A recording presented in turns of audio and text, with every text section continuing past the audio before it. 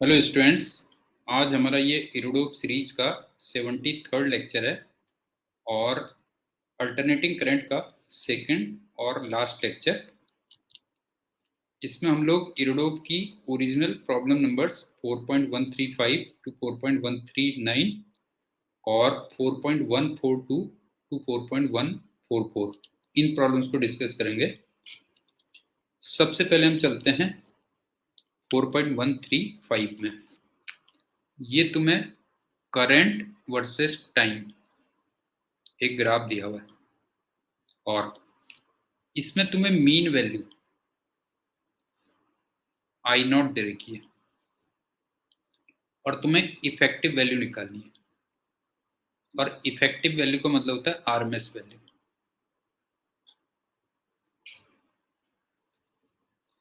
अब आप ये देखो कि ये लीनियर फंक्शन है,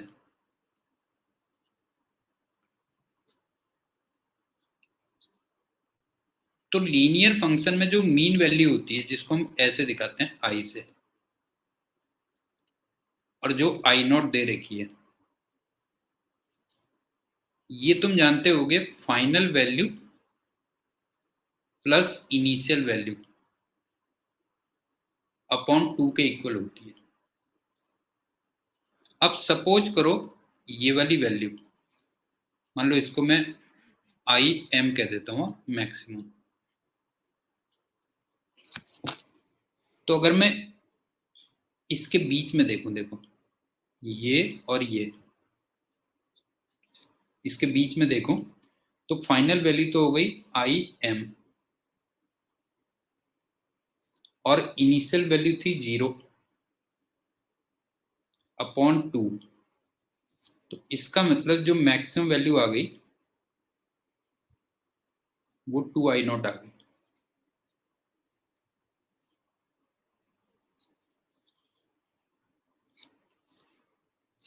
अब सपोज करो ये टाइम इंटरवल मान लो टी नॉट है, तो अगर मैं आई वर्सेस टी इक्वेशन लिखूं,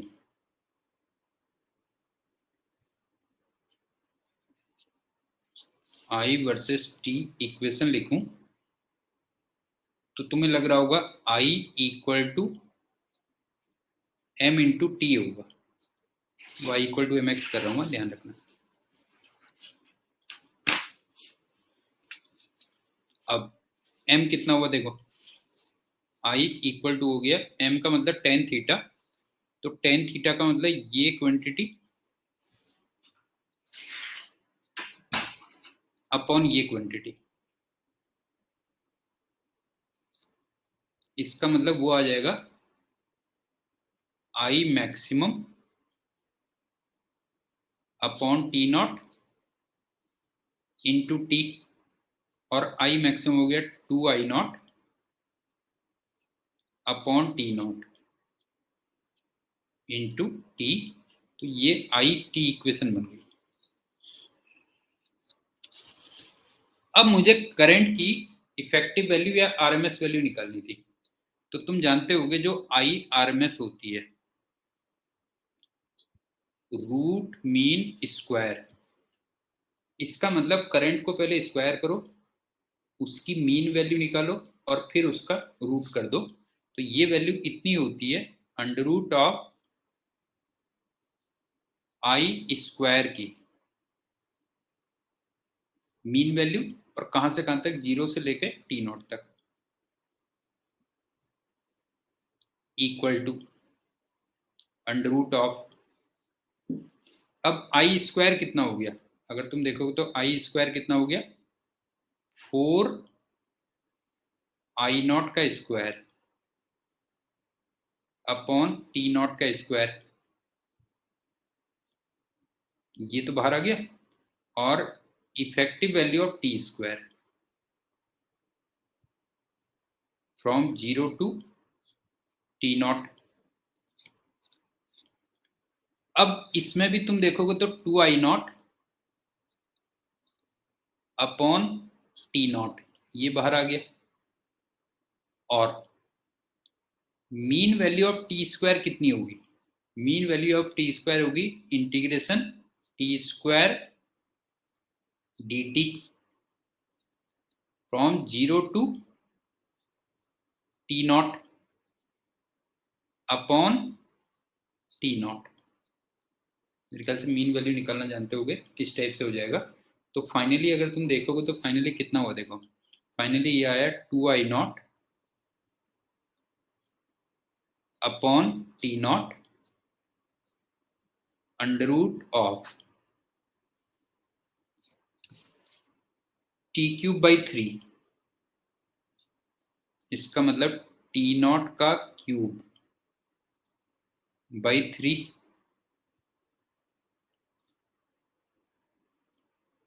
इंटू टी नॉट, ये आ गया। तो फाइनली जो आंसर आएगा वो आएगा 2/√3 इंटू i0। और जब आप √3 की वैल्यू पुट करोगे तो ये आंसर आ जाएगा लास्ट में। तो आई थिंक समझ में आ गया होगा कि तुम्हें मीन वैल्यू i0 दी थी, लीनियर फंक्शन था। तो लीनियर फंक्शन के केस में जो मीन वैल्यू का फॉर्मूला होता है वो होता है i final plus i initial upon 2। तो वहां से तुमने i की मैक्सिमम वैल्यू निकाली, उसके बाद i वर्सेस t का इक्वेशन कर लिया तुमने, ठीक है ना। i वर्सेस t की इक्वेशन बना ली y इक्वल टू mx से, और फिर तुम्हें आरएमएस वैल्यू निकालनी थी। तो इसका मतलब i स्क्वायर की मीन वैल्यू निकालो और फिर उसका क्या कर दो, अंडर रूट कर दो, तो वो तुम्हारी आरएमएस वैल्यू आ जाएगी। अब चलते हैं नेक्स्ट क्वेश्चन में।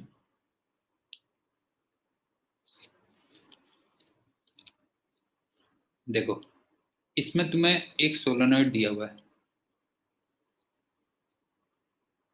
इसका L दिया हुआ है इतना, और इसका एक्टिव रेजिस्टेंस 44 ओम दिया हुआ है इंडक्टर का ही, और connected to a source DC से कनेक्ट करते हो तुम V0 से, और तब तुम उसके बाद AC से कनेक्ट करते हो और जिसकी आरएमएस वैल्यू V0 है। तो तुमसे फ्रीक्वेंसी पूछिए AC की, सो दैट की जो पावर कंज्यूम्ड है वो 5 टाइम्स लेस है सेकेंड केस में।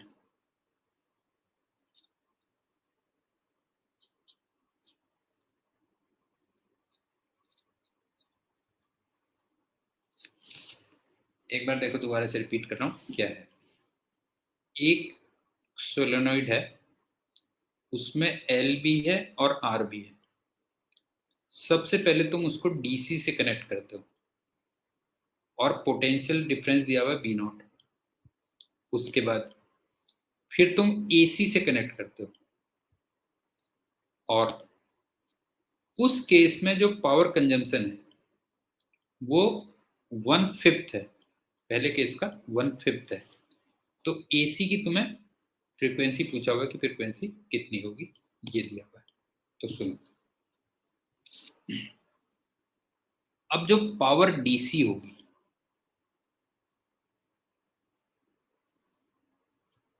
वो होगी VDC का स्क्वायर अपॉन R। ये तो पावर DC हो गई, VDC का स्क्वायर अपॉन R, और VDC तुम्हें V0 दिया था, तो एक तरीके से V0 का स्क्वायर अपॉन R, ये तो ये आ गया।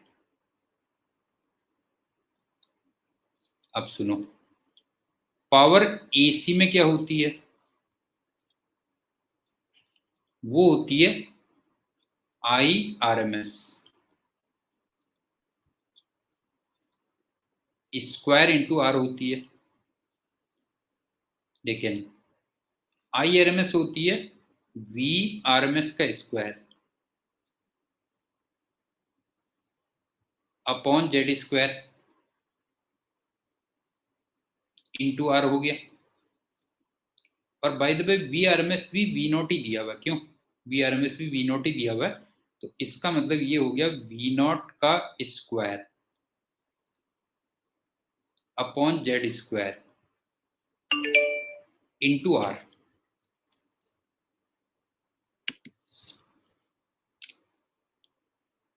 ये हो गया, ये सेकेंड इक्वेशन हो गई। और तुमसे कहता है कि पावर एसी में 1/5 है, पावर डीसी। इसका मतलब ये हो गया कि V नॉट का square upon Z square into R equal to 1/5 of V naught square upon R. I think यहाँ पे समझ में आ गया होगा, इतना है। अब देखो V नॉट स्क्वायर तो हो गया कैंसिल, ये हो गया। तो यहां से हमारा जो जेड स्क्वायर निकल के आ रहा है वो 5r² निकल के आ रहा है। क्यों? जेड स्क्वायर की जो वैल्यू निकल के आ रही है वो 5r² निकल के आ रही है।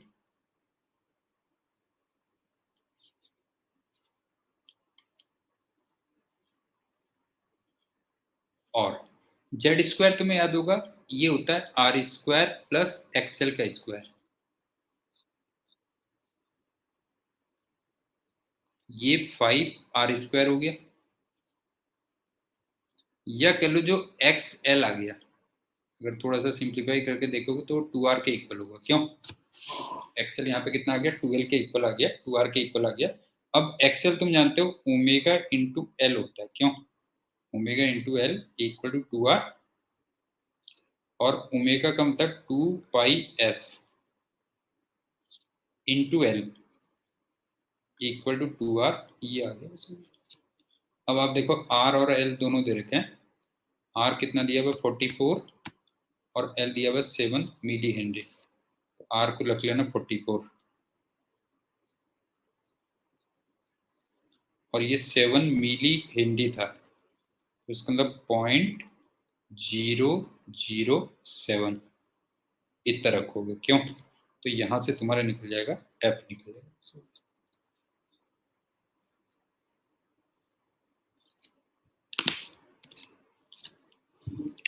क्वेश्चन एक बार दोबारा कर दे रहा हूँ। सोलोनॉइड था, उसमें एल और आर दोनों था, और उसको डीसी वी नॉट से कनेक्ट किया तो एक पावर आ गई।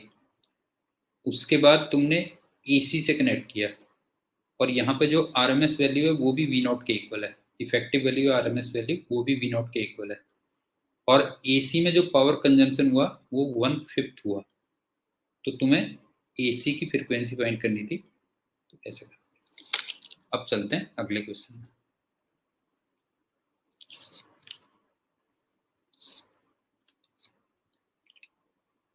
कॉइल है, एक्सेल दिया हुआ है उसका,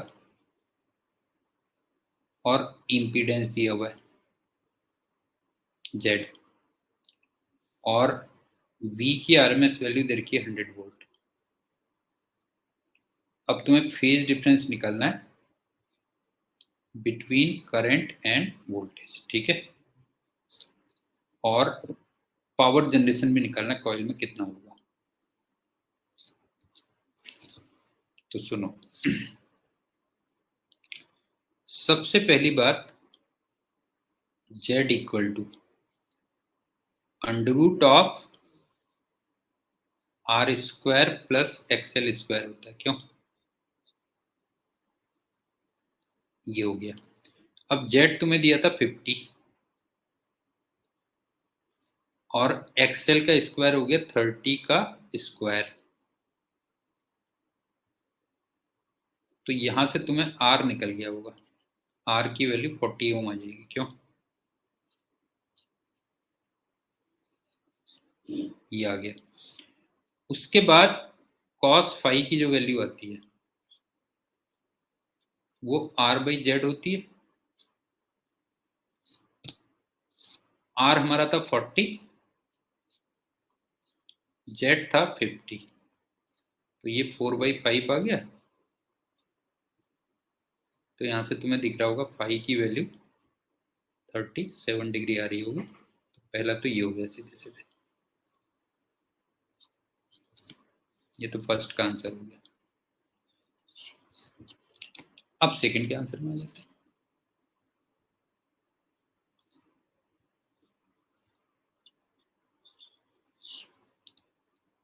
पावर का जो फॉर्मूला होता है वो IRMS का स्क्वायर इंटू आर होता है, लेकिन IRMS का जो स्क्वायर है उसको मैं VRMS का स्क्वायर अपॉन जेड स्क्वायर लिख सकता हूं इंटू आर। अच्छा, पावर का ये फॉर्मूला अभी हम बाकी कुछ प्रॉब्लम्स में और भी करेंगे, ध्यान रखना। ये हो गया। अब वैल्यू रख लो, बस हो गया। VRMS तुम्हें कितना दिया था वैसे भाई? 100 दिया था, क्यों? तो ये हो गया 100 का स्क्वायर, और आर हमने 40 निकाला था, और जेड स्क्वायर का मतलब 50 का स्क्वायर। ये हो गया, बस हो गया। इतने वॉट ये पावर कंजम्पशन हो गया, और इसका आंसर ये आ जाएगा 0.16 किलो वॉट। तो मेरे ख्याल से सिंपल फॉर्मूला बेस्ड क्वेश्चन है, बहुत ज़्यादा डिफिकल्ट नहीं है। अब चलते हैं 4.138 में। कॉइल है, इसका एल दिया हुआ है तुम्हें, और कॉइल का एक्टिव रेजिस्टेंस दिया हुआ है 20 ओम। सीरीज में कनेक्ट करते हो एक और रेजिस्टेंस आर से, और V की आरएमएस वैल्यू 220 वोल्ट लगाते हो। ओमेगा की वैल्यू ये दे रखी है तुम्हें,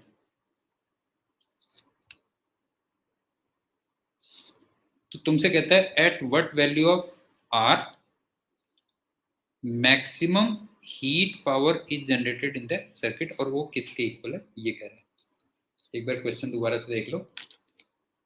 एक कॉइल दे रखी है, उसमें एल भी है, और उसका अपना रेजिस्टेंस स्मॉल आर भी है, और एक और रेजिस्टेंस कैपिटल आर लगाया तुमने।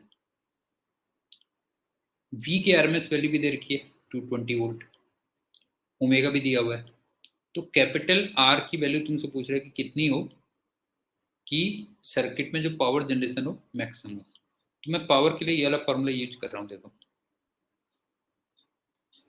ये वाला formula, P equal to VRMS का स्क्वायर इंटू आर की जगह यहाँ पे आर नेट लिखूंगा तो बेटर रहेगा। ये बताता हूँ कैसे। यहाँ पे होगा आर नेट, क्योंकि पूरे सर्किट में निकालना है, अपॉन जेड स्क्वायर। अब देखो जेड स्क्वायर को मैं लिख सकता हूं आर नेट का स्क्वायर प्लस एक्सएल का स्क्वायर, और यहां पे जो आर नेट होगा वो फिर आर प्लस आर के इक्वल होगा, ये ध्यान रखना। समझ गए ना? आर नेट की जो वैल्यू होगी वो आर प्लस आर के इक्वल होगी, और यहाँ पे जो स्मॉल आर दे रखा है वो तुम्हें दे रखा है 20 वोल्ट, और V R M S by the way कितना दे रखा है तुमने? 220 वोल्ट, ये दिया हुआ है। तो इसका मतलब फाइनली जो पावर आएगी पूरी पावर सर्किट में वो 220 का स्क्वायर, VRMS का स्क्वायर, आर नेट मतलब R plus small R 20 upon Z square. और जेड स्क्वायर का मतलब एक तो आर नेट का स्क्वायर मतलब आर प्लस 20 का स्क्वायर,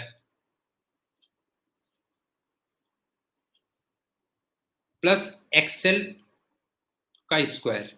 एक्सएल का मतलब ओमेगा एल, तो इसका मतलब प्लस ओमेगा हो गया 314 ओमेगा इंटू एल कितना आ गया 0.7, इसका स्क्वायर हो गया, ये हो गया। और तुम्हें दिख ही रहा होगा power as a function of R, दिख रहा होगा तुम्हें, नहीं है? Power as a function of R दिख रहा होगा। अब ये बताओ कि अगर पी की मुझे मैक्सिमम वैल्यू निकालनी है,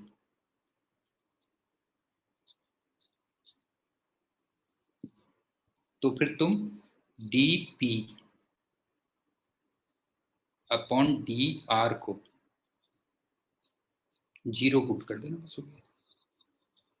ये है। अच्छा, यहाँ पे ना कई बार थोड़ा सा प्रॉपर तरीके से लिखा नहीं है। जैसे जो ओमेगा है, इसकी यूनिट वैसे एक्चुअल में रेडियन पर सेकंड लिखी होती तो ज़्यादा बेटर था, क्योंकि इससे कई बार ये फ्रिक्वेंसी, ये कन्फ्यूजन हो जाता है कि कई बार ये नॉर्मल फ्रिक्वेंसी एफ तो नहीं है ना, ये कन्फ्यूजन हो जाता है नॉर्मल फ्रिक्वेंसी एफ तो नहीं है। तो वो फिर अब कोई और वे है नहीं एक्चुअल में। अगर मैं होता तो मैं इसको एंगुलर फ्रिक्वेंसी वर्ड लिखता और रेडियन पर सेकंड लिखता। अगर मैं ओमेगा से दिखा रहा होता तो मैं इसको लिखता एंगुलर फ्रिक्वेंसी और फिर रेडियन पर सेकंड से दिखाता। तो इसमें थोड़ा सा कन्फ्यूजन हो जाता है, तो वो थोड़ा सा देख लेना। लेकिन जो भी क्वेश्चन सेटर होगा वो उसको एक प्रॉपर वे में बनाएगा। तो बाय द वे, ये ओमेगा लेके अगर आंसर नहीं आ रहा होगा तो फिर इसको तुम एफ मान के देख लेना, समझ गए ना, वो चेक करके देख लेना। लेकिन एक्चुअल क्वेश्चन में प्रॉपर दिया होगा कि ये एंगुलर फ्रिक्वेंसी है या क्या है, या फिर उससे यूनिट थोड़ा प्रॉपर तरीके से दे रखी होगी, 314 रेडियन पर सेकंड ऐसे। अब चलते हैं अगले क्वेश्चन में।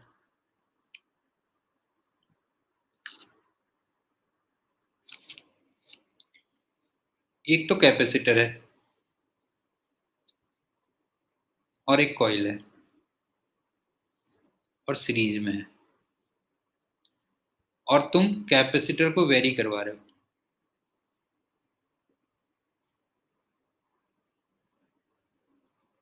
तो तुमसे कहता है कि heat power generated in the coil increase to 1.7 times, ये दिया हुआ है। तो how much in percent cos phi की वैल्यू चेंज होगी। दोबारा सुन लो, एक कैपेसिटर दिया हुआ है, एक कॉइल दे रखी है, और कैपेसिटर को वेरी करवा के, ठीक है ना, कैपेसिटर को वेरी करवा के हीट को आप 1.7 टाइम्स इंक्रीज करते हो।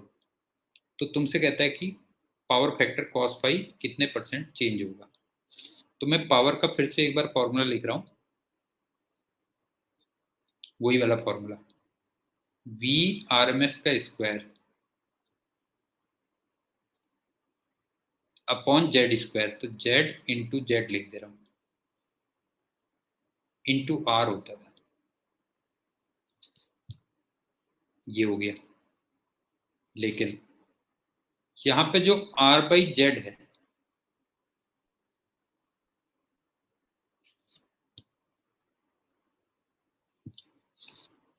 ये कॉस पाई हो गया ना। अगर आप देखोगे तो ये कॉस पाई हो गया।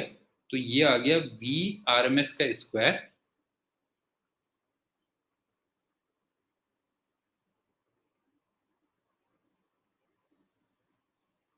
Upon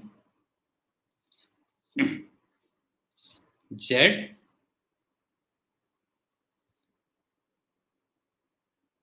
into cos pi. या चलो थोड़ा सा और चेंज करते हैं, सुनो, कॉस फाई ये आर बाई जेड होता है।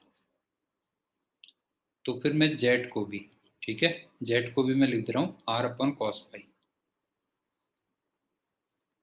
ये लिख दे रहा हूँ, ठीक है। जेड को भी लिख दे रहा हूँ आर अपॉन कॉस फाई। तो ये अल्टीमेटली कुछ ऐसे बन जाएगा, देखो, वी आर एम एस का स्क्वायर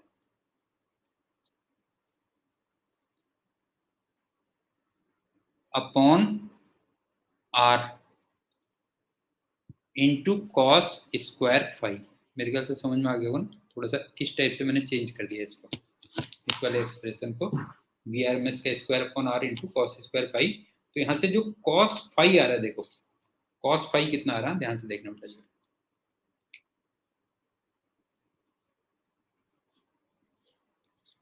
कॉस फाई की जो वैल्यू आ रही है वो आ रही है root R upon V R M S.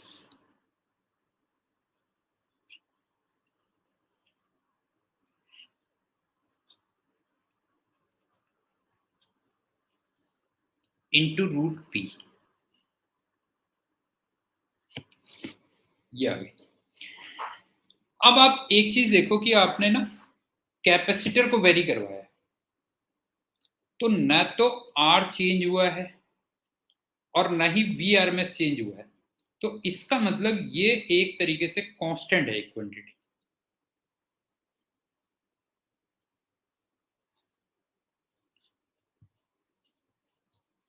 I think point समझ में आ रहा होगा कि आपने केवल कैपेसिटर को चेंज किया है, न तो आर को चेंज किया, न ही वी आर एम एस को चेंज किया, तो एक कांस्टेंट हो गया। तो एक तरीके से ये हो गया के रूट पी। मतलब फाइनली जो कॉस पाई की वैल्यू आ गई है, इसको केवल कांस्टेंट को जो लोग के कह देता हूं।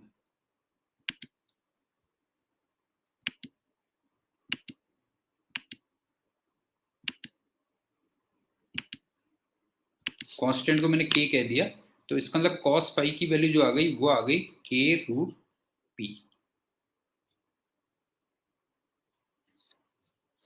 अब मुझे percentage change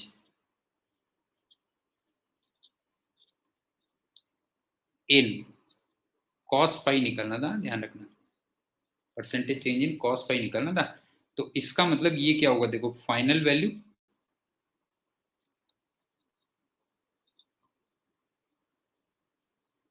minus initial value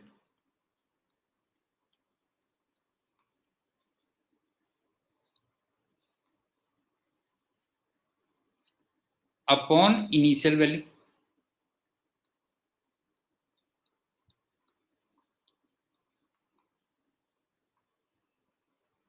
into 100। अब ध्यान से देखना, कॉस पाई को हमने के रूट पी लिख दिया है और फाइनल वैल्यू में पावर को 70% इंक्रीज कर दिया है, 1.7 टाइम्स कर दिया है, सॉरी। आप देखो ना, फाइनल वैल्यू में हमने पावर को 1.7 टाइम्स कर दिया है, तो इसका मतलब फाइनल वैल्यू कितनी होगी, K root 1.7 P minus initial value थी K root P upon initial value थी के रूट पी इंटू 100 हो गया, बस हो गया। तो यहाँ से तुम्हें के रूट पी पूरे में कैंसिल हो रहा होगा, तो फाइनल जो आंसर आएगा वो आएगा रूट 1.7 माइनस 1 इंटू 100, इतना आ जाएगा। तो आई थिंक पॉइंट समझ में आ गया होगा। आपने कैपेसिटर को चेंज किया है, लेकिन न तो रेजिस्टेंस को चेंज किया, न ही वी आर एम एस को चेंज किया है। इसका मतलब root R upon V R M S वो कांस्टेंट रहेगी वैल्यू। और एक चीज और है कि क्वेश्चन में कहीं भी रेजिस्टेंस दिया नहीं है, लेकिन कॉइल के साथ में रेजिस्टेंस होगा, अदरवाइज पावर कहां से आएगी फिर, क्योंकि अगर सर्किट में रेजिस्टेंस ही नहीं होगा तो पावर कहां से आएगी। मतलब कहीं भी क्वेश्चन में मेंशन नहीं किया हुआ है, अगर आप देखोगे तो रेजिस्टेंस कहीं भी मेंशन नहीं किया है, लेकिन कॉइल के साथ में ही रेजिस्टेंस रहा होगा। रीजन क्या है कि अगर रेजिस्टेंस नहीं होता तो ऑब्वियस सी बात है फिर पावर कहां से आती है, ये कर लीजिए। अब चलते हैं अगले क्वेश्चन में।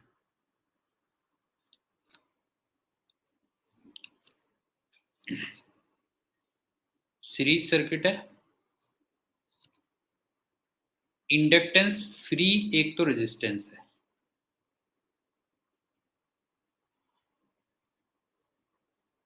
एक कॉइल है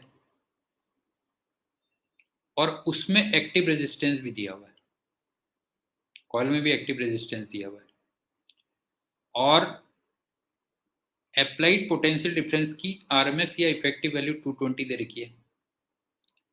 अब तुमसे heat generated in the coil पूछा हुआ है। If effective voltage across resistance and coil वो तुम्हें 80 और 180 वोल्ट ये दिया हुआ है। एक बार सुन लो क्वेश्चन दोबारा से क्या है। एक कॉइल है, उसमें भी अपना एक रेजिस्टेंस है और एक रेजिस्टेंस और है, और जो अप्लाइड वोल्टेज है उसकी आरएमएस या इफेक्टिव वैल्यू तुम्हें 220 वोल्ट दे रखी है, और रेजिस्टेंस के अक्रॉस जो पोटेंशियल डिफरेंस मिल रहा है उसकी आरएमएस वैल्यू 80 दे रखी है, और कॉइल के अक्रॉस जो आरएमएस वैल्यू है वो 180 दे रखी है। ये कुछ क्वेश्चन है, फिगर बनाऊंगा तो और क्लियर होगा। देखो ये कॉइल है, ये इसका रेजिस्टेंस है, और एक बाहर से रेजिस्टेंस और है, और एक तुमने यहां से लगा दिया।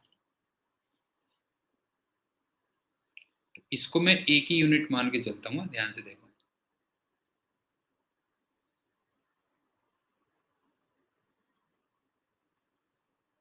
ये अब जो भी वैल्यूज लिख रहा हूं मैं सारी की सारी आरएमएस वैल्यूज है। जैसे यहां पे तुम्हें 220 वोल्ट ये लगा रखा है, और रेजिस्टेंस के अक्रॉस ये आर था, ध्यान रखना, ये आर था 0.16 किलो ओम, या फिर कह लो 160 ओम। इसके अक्रॉस दे रखा है 100, सॉरी इसके अक्रॉस दे रखा है 80 वोल्ट,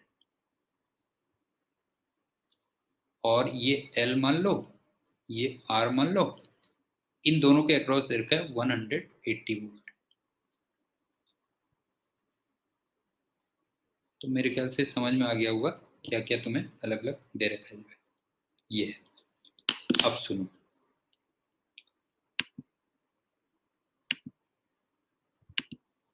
मैं एक काम करता हूँ, इनके अक्रॉस ना अलग अलग निकाल लेता हूँ। जैसे मान लो इसको मान लेता हूँ V3, और इसको मान लेता हूँ V4। तो सबसे पहली बात तो तुम्हें ये लग रहा होगा कि V3 का स्क्वायर प्लस V4 का स्क्वायर वो 180 वोल्ट दिख रहा होगा, मतलब 180 का स्क्वायर होगा। ध्यान रखना, V3 का स्क्वायर प्लस V4 का स्क्वायर। इक्वेशंस क्या क्या बननी है वो देखते हुए चलना। एक बना V3 का स्क्वायर प्लस V4 का स्क्वायर इक्वल टू 180 का स्क्वायर। एक तो इक्वेशन ये बनी।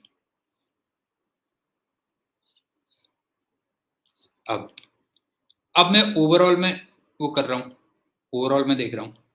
तो एक बात बताओ, ओवरऑल में जो रेजिस्टेंस वाले वो हैं वो एक साथ आ जाएंगे, मतलब ये और ये एक साथ आ जाएंगे। आप देखना ये एक साथ आ जाएंगे, तो इसका मतलब 80 प्लस V4 का स्क्वायर। अगला आ गया 80 प्लस V4 का स्क्वायर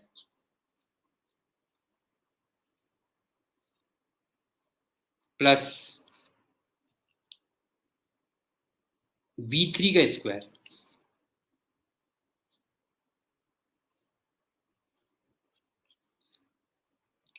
वो आ गया 220 का स्क्वायर। मेरे ख्याल से ये भी तुम्हें समझ में आ गया होगा, क्यों? ये पॉइंट भी तुम्हें समझ में आ गया होगा। ये हो गया। अब क्या है सुनो, दो इक्वेशंस हैं, दो अननोन्स हैं, तो यहां से तुम V3 और V4 निकाल सकते हो। क्यों? Find V3 and V4।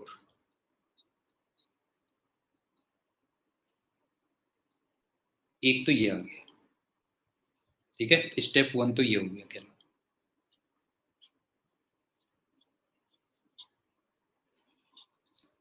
अब चलते हैं स्टेप 2 में।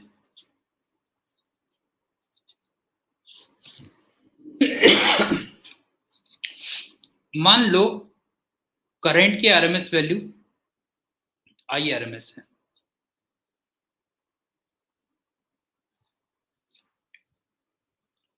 तो अब आप ये देखो कि ये IRMS इंटू ये R, वो 80 वोल्ट के इक्वल होना चाहिए। क्यों नहीं है? I R M S into R कितने के इक्वल होना चाहिए? 80 वोल्ट के।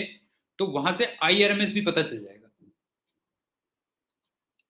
आई R M S into R, ये 80 वोल्ट आना चाहिए। तो यहां से तुम I R M S find कर लेना।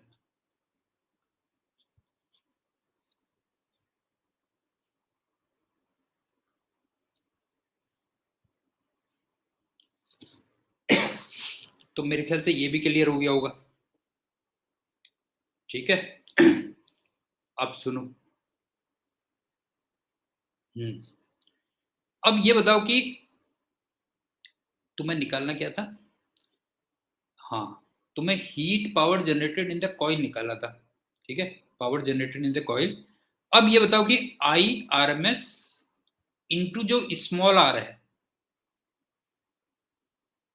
ये V4 के इक्वल होना चाहिए। क्यों?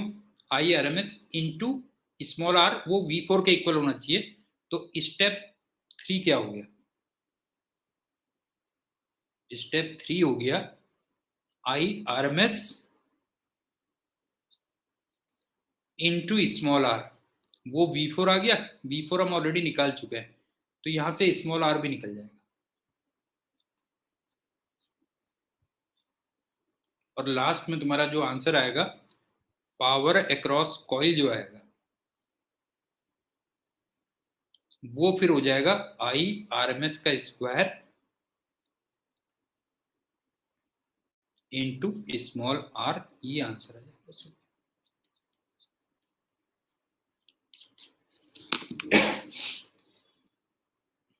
क्वेश्चन एक बार दोबारा रिपीट कर दे रहा हूं।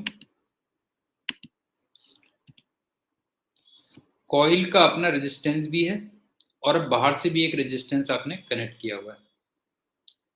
कॉइल के अक्रॉस 180 वोल्ट है, अप्लाइड 220 वोल्ट है, और जो बाहर से रेजिस्टेंस लगाया था वो 80 वोल्ट है। और सारी आरएमएस वैल्यूज दे रखी है आपको, इफेक्टिव वैल्यू आरएमएस वैल्यूज दे रखी है। तो मैंने क्या किया कि एल और स्मॉल आर के अक्रॉस अलग अलग मैंने V3 और V4 निकाल दिया। तो एक इक्वेशन तो मैंने ये लिखी कि V3 का स्क्वायर प्लस V4 का स्क्वायर वो 180 का स्क्वायर है। दूसरा, अगर मैं ओवरऑल देखूंगा तो V4 80 के साथ ऐड होगा, तो इसका मतलब V4 प्लस 80 का स्क्वायर प्लस V3 स्क्वायर, वो 220 वोल्ट आएगा, 220 का स्क्वायर। तो यहां से V3 और V4 निकाल लिया। और सर्किट में मैंने आरएमएस करंट आई आरएमएस मान ली, तो आई आरएमएस इंटू कैपिटल आर वो 80 वोल्ट होना चाहिए। तो वहां से आई आरएमएस पता चला। उसके बाद आई आरएमएस इंटू स्मॉल आर, वो V4 के इक्वल होना चाहिए। तो वहां से स्मॉल आर पता चला। और लास्ट में कॉइल में जो पावर जनरेशन होगा वो आई आरएमएस का स्क्वायर इंटू स्मॉल आर हो जाएगा। ये अब चलते हैं अगले क्वेश्चन।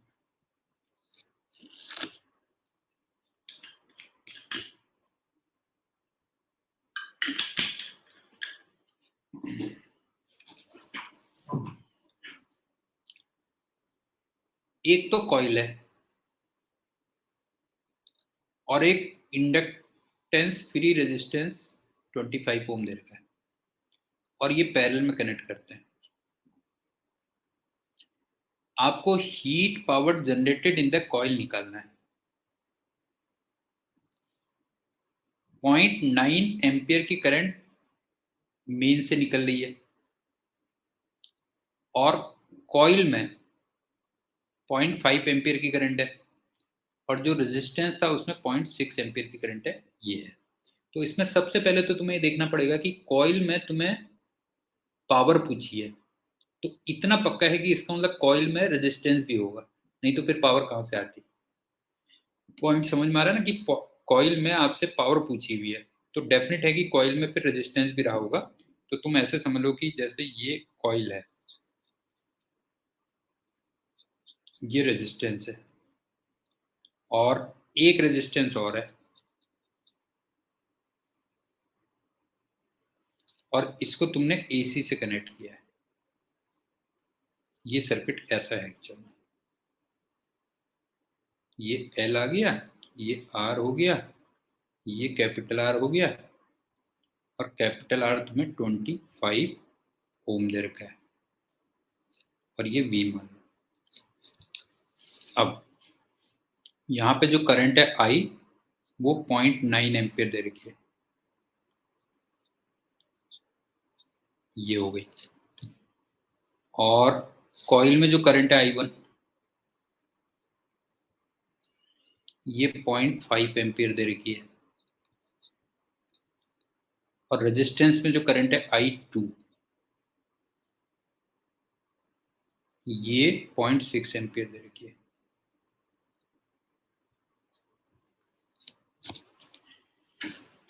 और तुम्हें पावर अक्रॉस कॉइल निकालना कितना होगा, तो सुनो।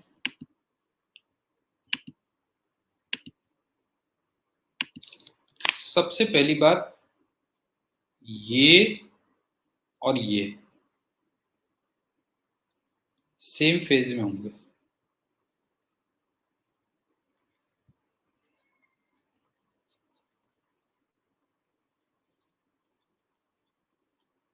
क्योंकि केवल R है, हाँ ध्यान रखना, ओनली R। एक तो ये हो गया, लेकिन ये और I1 एंड V कह लो,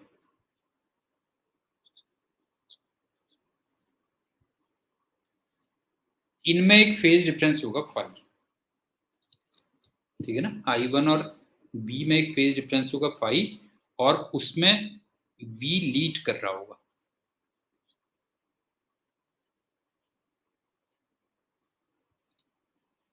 और I2 और V ये सेम फेज में होंगे।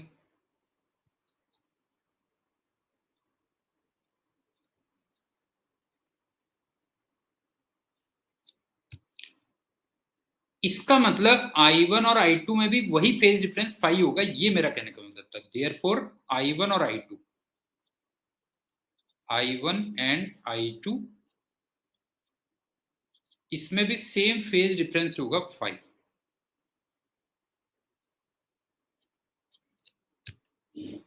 दोबारा सुन लो, I2 और 5, I2 और V सेम फेज में, क्योंकि केवल R है। I1 और V के बीच में एक फेज डिफरेंस 5 होगा जिसमें V लीड कर रहा होगा, तो इसका मतलब I2 और V के बीच में भी, I1 और I2 के बीच में भी वही फेज डिफरेंस 5 होगा। ये मेन मोटिव था मेरा। और दूसरी बात, अगर मैं फंक्शंस की बात करूं, फंक्शंस की अगर मैं बात करूं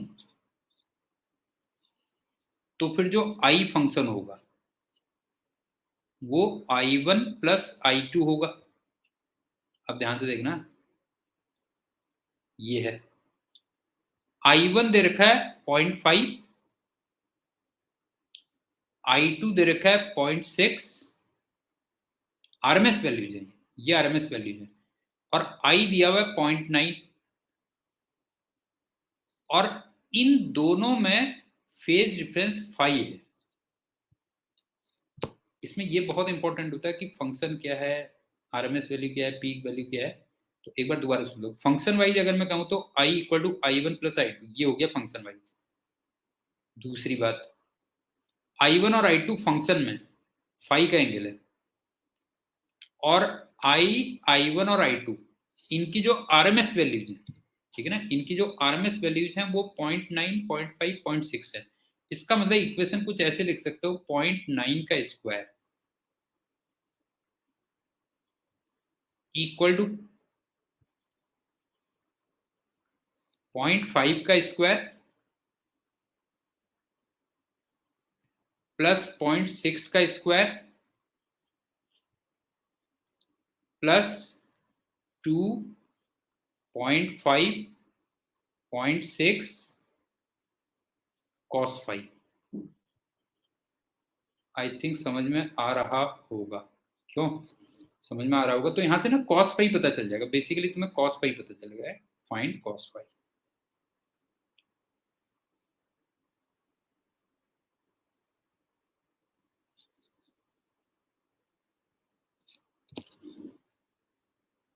एक बार दोबारा रिपीट कर दे रहा हूँ, सुन लो। I2 और V सेम फेज में, I1 और V उनमें 5 का फेज डिफरेंस होगा। तो I2 और I1 के बीच में भी फाई का फेज डिफरेंस आ जाएगा, वही फेज डिफरेंस आ जाएगा। दूसरी बात, फंक्शंस की अगर बात करूं तो I function equal to I1 function plus I2 function होगा, और I1 और I2 के बीच में फाई फेज डिफरेंस मैंने बता दिया, और उनकी जो आरएमएस वैल्यूज हैं वो 0.9, 0.5 और 0.6 है। तो फिर हम जैसे पीक वैल्यू या आरएमएस वैल्यू वेक्टर मेथड से ऐड करते हैं, तो ये हो जाएगा 0.9 का स्क्वायर इक्वल टू 0.5 का स्क्वायर प्लस 0.6 का स्क्वायर प्लस 2.5 0.6 कॉस पाई, ऐसे होगा। अब सुनो क्या है, अब अगर मैं एलआर सर्किट देखूं सिर्फ,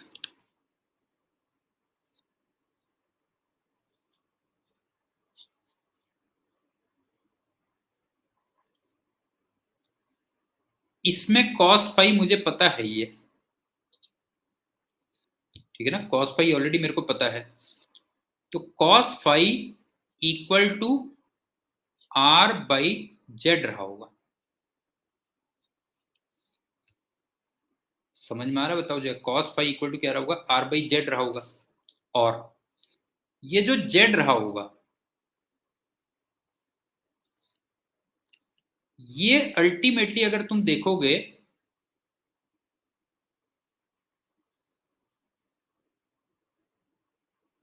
हाँ ठीक, ये जो जेड की वैल्यू आएगी ये आएगी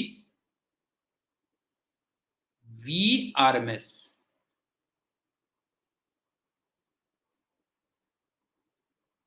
upon I R M S. लेकिन आई आर एम एस कौन सी वाली, अगर आप देखोगे तो आर बाई जेड होता है, ये आई आर एम एस कौन सी वाली होती है बताओ जो है, ये आई आर एम एस होती है इसमें 0.5 एम्पियर वाली, ये होती 0.5 एम्पियर वाली।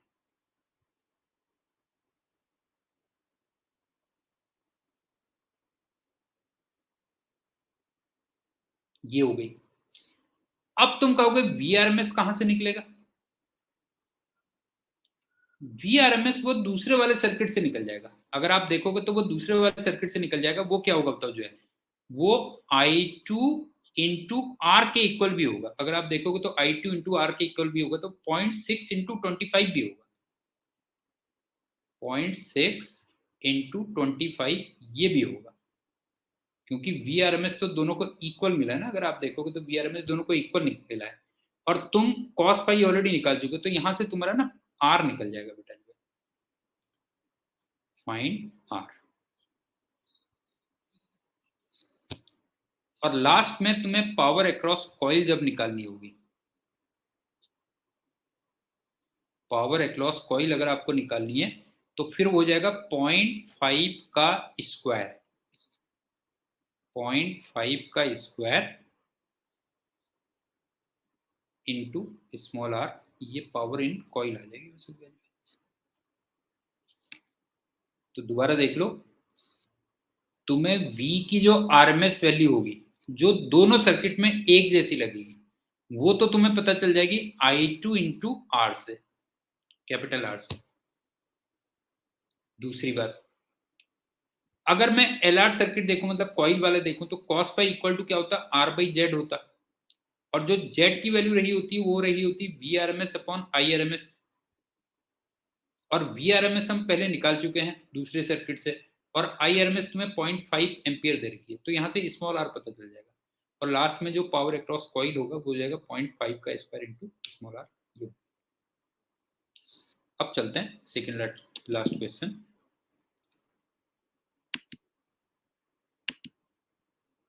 फिर ओमेगा इसने थोड़ा सा कंफ्यूजिंग दे रखा है, चलो हम ओमेगा को रेडियन पर सेकेंड ही मान के चलते हैं। ओमेगा 314 दे रखा है,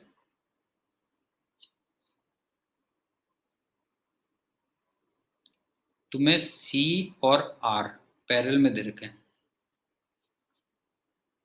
तो तुम्हें इम्पीडेंस ऑफ द सर्किट निकालना कितना होगा। तो सुनो, ये सी है, ये आर है,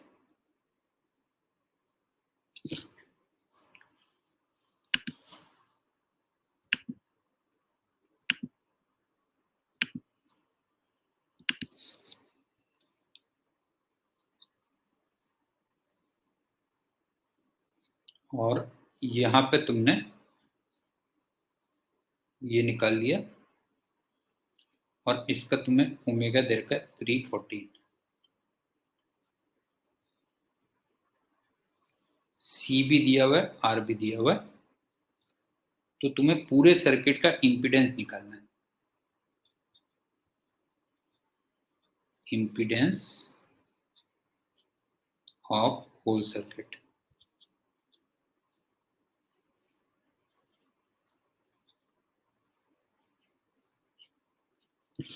सपोज करो ये आई है, ये I1 है, और ये I2 है, और ये V है। तो देखो I1 और V ये तो सेम फेज में होंगे।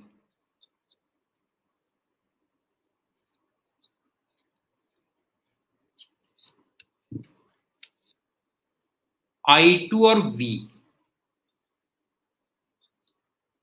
इसमें 90 डिग्री का फेज डिफरेंस होगा, और इसमें I2 लीड करेगी।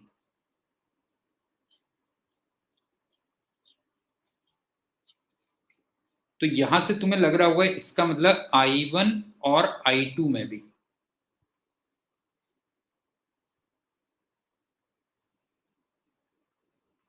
नाइन्टी डिग्री का फेज डिफरेंस होगा। क्यों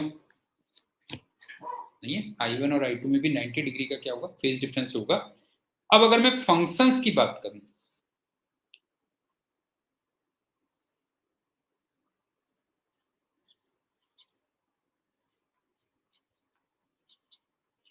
तो फंक्शंस तो ऐसे ऐड होंगे I equal to I1 plus I2।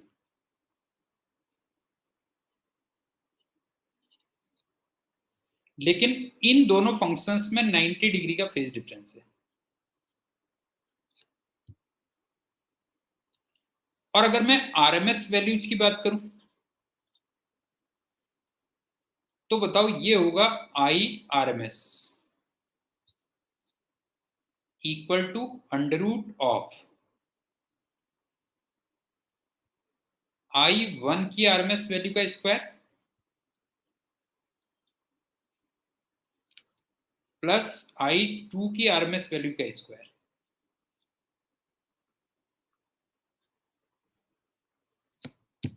लेकिन आई आरएमएस को मैं लिख सकता हूं V RMS upon Z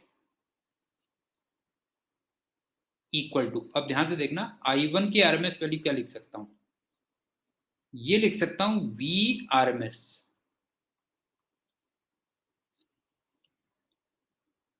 I1 मैंने R के क्रॉस निकाला है अपॉन R, इसका स्क्वायर हो गया,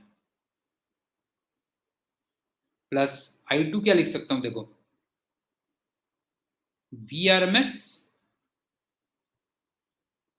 अपॉन XC, XC का मतलब 1 अपॉन ओमेगा सी। क्यों?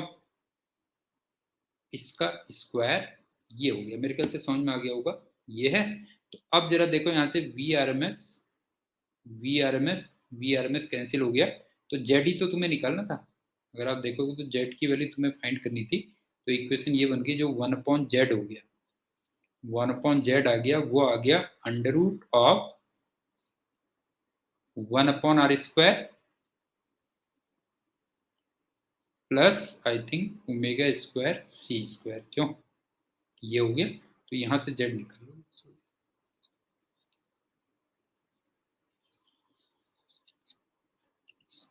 फिर से वही वाली बात देख लो, I1 और V सेम फेज में, I2 और V में 90 डिग्री का फेज डिफरेंस, तो इसका मतलब I1 और I2 फंक्शंस में भी 90 डिग्री का फेज डिफरेंस हो गया। उसके बाद अगर मैं फंक्शंस की बात करूं तो I equal to I1 plus I2 ऐसे लिख सकते हो, और I1 और I2 फंक्शंस में 90 डिग्री का फेज डिफरेंस हो गया। अब मैं आरएमएस वैल्यूज की अगर बात करूं या पीक वैल्यू की, कुछ भी करो, बात एक ही है। तो फिर हम वेक्टर मेथड से करेंगे कि जो I की आरएमएस वैल्यू होगी वो I1 की आरएमएस वैल्यू का स्क्वायर प्लस I2 की आरएमएस वैल्यू का स्क्वायर, बिकॉज दोनों के बीच में 90 डिग्री का फेज डिफरेंस है, इसलिए कह रहा हूं। नहीं तो फिर वो वाला लगा था जैसे हमने किया था ना, 0.5 का स्क्वायर प्लस 0.6 का स्क्वायर, प्लस 2.5.6 cos फाइव, उस टाइप से, या तो फिर वैसे होता है ये, तो यहाँ से जेड निकला। अब चलते हैं लास्ट क्वेश्चन में। इस टाइप से 3 सर्किट दिए हुए हैं तुम्हें, देखो तुम्हें ये कहता है कि अप्रोक्सीमेट वेक्टर डायग्राम्स ड्रॉ करने करंट्स के, हाँ ध्यान रखना करंट्स के, इन the circuit shown in figure इतना, और ए और बी के बीच में तुमने एक साइनसोइडल वोल्टेज अप्लाई किया हुआ है, और तुमसे ये कहता है कि parameters so chosen that total current I lags in phase behind the external voltage by an angle five, ऐसे करना है। 3 फिगर्स देख लो, क्या था बेटा जो है, मतलब हर किसी के अक्रॉस ना यहाँ पे तुमने वी लगाया, ऐसे है।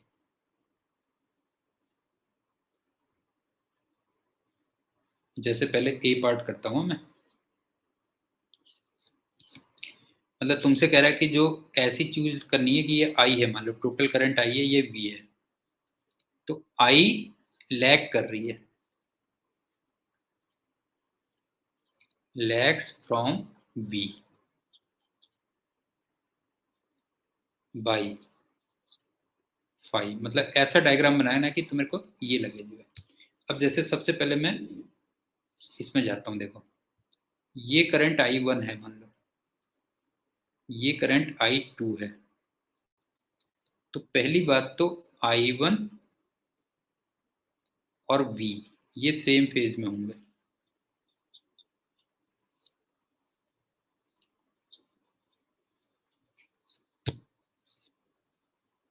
आई टू और वी इनमें मान लो फाइव का फेज डिफरेंस है, एलआर सर्किट है ध्यान रखना, लेकिन एलआर सर्किट है तो वी लीड करेगा,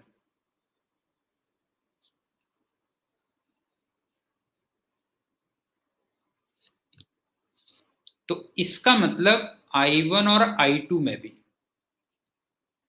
I1 एंड I2 में भी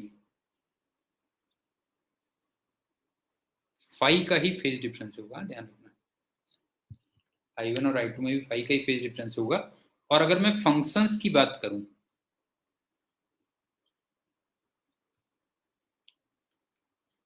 तो फिर फंक्शंस को तुम ऐसे ऐड कर सकते हो, I equal to I1 plus I2, ऐसे ऐड कर सकते हो। अब मैं डायग्राम बना लेता हूं, देखो ये मान लो V है, ये हो गया।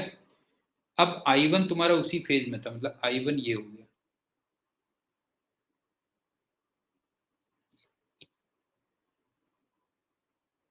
और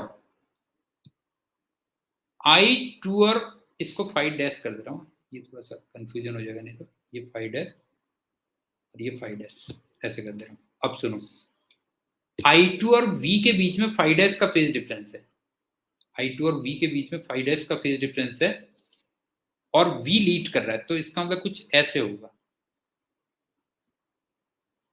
ये I2 हो गया और ये दिया हुआ है 5 डैश। अब सिंपल सी बात है, मान लो I1 यहां तक था, तो तुम ये देखो ये मिला के ये आई आ गया, देखो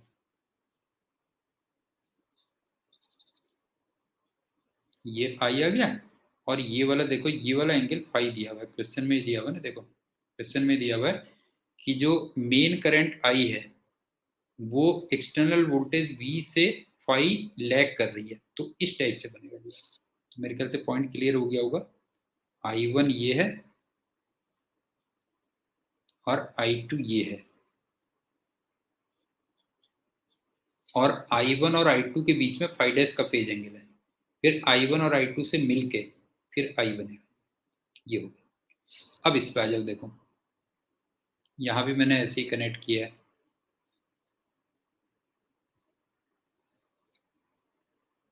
ये आई वन है, ये वी है, ये आई टू है। अब देखते हुए चलना, मैं सीधे बना रहा हूँ, बी वाले को मैं डायरेक्टली बना रहा हूँ।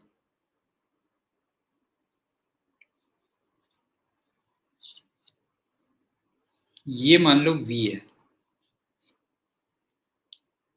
तो जो I1 होगी वो V से 90 डिग्री आगे होगी। क्यों? I1 V से 90 डिग्री आगे होगी, तो ये ऐसे होगी।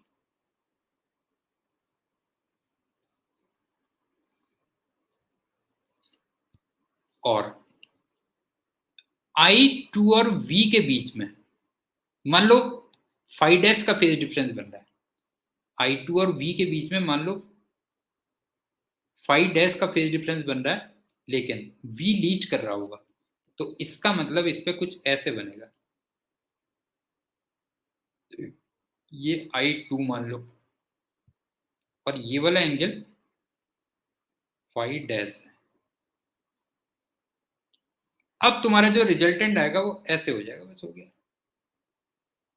ये हो गया, इसका मतलब ये बना I।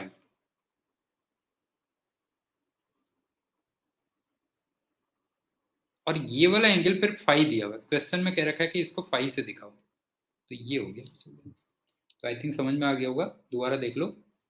V से I1 90 डिग्री आ गया, V से I1 90 डिग्री आ गया, और V और I2 के बीच में ये IZ जैसा दिख रहा है, इसको थोड़ा करेक्ट कर लेता हूँ।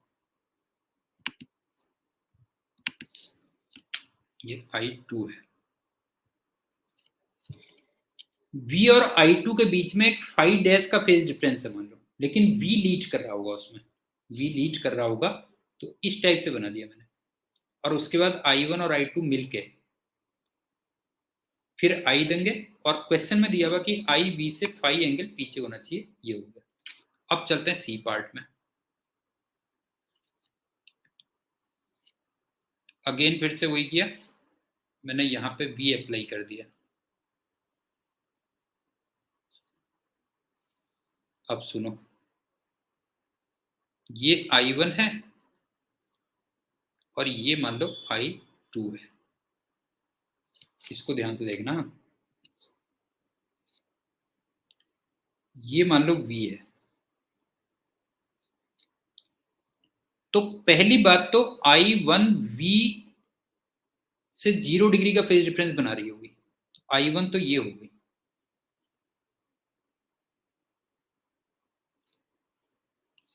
अब इसमें C और L दोनों हैं, नहीं तो C और L दोनों हैं, लेकिन XL की वैल्यू XC से बड़ी होनी चाहिए। ये ध्यान रखना, XL की वैल्यू XC से बड़ी होनी चाहिए, तब फिर वोल्टेज लीड करेगा और करंट लैग करेगी। तो इसका मतलब I2 ऐसे आएगी कुछ,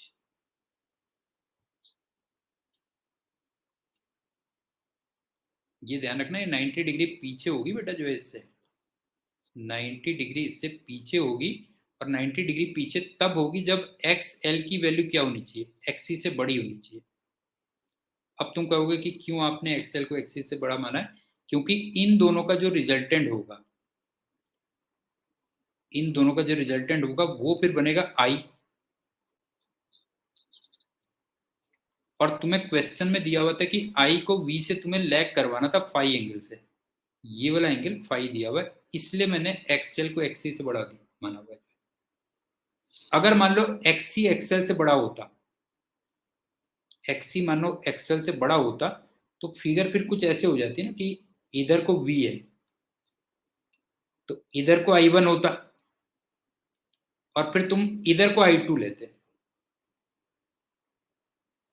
और इन दोनों का रिजल्टेंट नेट I इधर आता। लेकिन अब के जो करंट होती है वो लीड कर जाती, V से लीड कर जाती, जबकि क्वेश्चन में आपको दिया हुआ था कि करंट लैग कर रही है, तो ये वाला आंसर सही होगा।